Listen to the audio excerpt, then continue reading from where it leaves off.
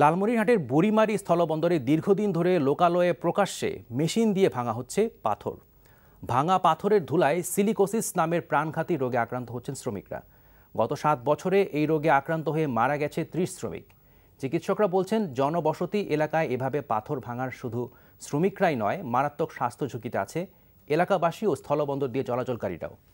বুড়িমারি স্থলবন্দর ঘুরে এসে আসাদুজ্জামান আরমানের তোলা ছবিতে একে মইনুল হকের রিপোর্ট। নানা উন্নয়ন কাজে ব্যবহারের জন্য বুড়িমারি স্থলবন্দর দিয়ে ডলোমাইট, লাইমস্টোন ও বিভিন্ন আকারের বোল্ডার বা পাথর এনে বন্দরের বিভিন্ন স্থানে মেশিন দিয়ে ভাঙা হচ্ছে। কোনো রকম প্রতিরোধকমূলক ব্যবস্থা না নেয়ার ফলে শ্বাস প্রশ্বাসের সাথে পাথরের গুঁড়া ঢুকছে শ্রমিকদের ফুসফুসে। আর এতে সিলিকোসিস নামের এক ধরনের প্রাণঘাতী রোগে আক্রান্ত হচ্ছেন তারা। শুধু তাই নয়, গত 7 বছরে এই রোগে আক্রান্ত হয়ে মারা গেছেন 30 শ্রমিক। এবং এটা দীর্ঘদিন বা কয়েক বছর ধরে চলতে থাকলে আস্তে আস্তে তার ফুসফুসে ফাইব্রোসিস হয়ে যায় এবং তাতে করে লাংসগুলো ছোট হয়ে যায়, চুপসে যায় এবং লাংসের স্বাভাবিক যে কর্মক্ষম সেটা হ্রাস পায়। সবশেষে দেখা যায় যে তাদের শরীরে পানি চলে আসে এবং এইভাবেই আস্তে আস্তে তারা একসময় শ্বাসকষ্টের জন্যই মারা যায়।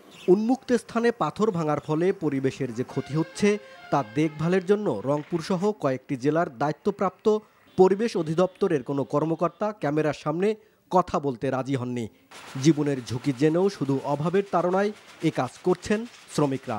আমরা গরিব মানুষ, এখানে তো আর আমাদের কোনো কিছু কর্ম নাই যে আমরা কি করে খাবো। এখন বুড়িমারি এলাকার খালি পাথরের কারখানা, তাছাড়া এখন কি করব? এই যে আমরা মাছ ব্যবহার করতেছি, গামছা বান্ধিছি, এই আর কি, এইভাবে মেশিন চালাইতেছি। এদিকে পাথর ভাঙার সময় ওই এলাকায় পানি দেয়া হয় মালিকদের, এমন দাবিরও সত্যতা মেলেনি। বাধ্যতামূলক এইভাবে করি নাই, যেহেতু মনে করেন সবাই এইভাবে ভাঙতেছে, তারপরও পানির ব্যবস্থা করছি, কিন্তু এই ধুলাতে সাধারণত ক্ষতি তেমন নাই।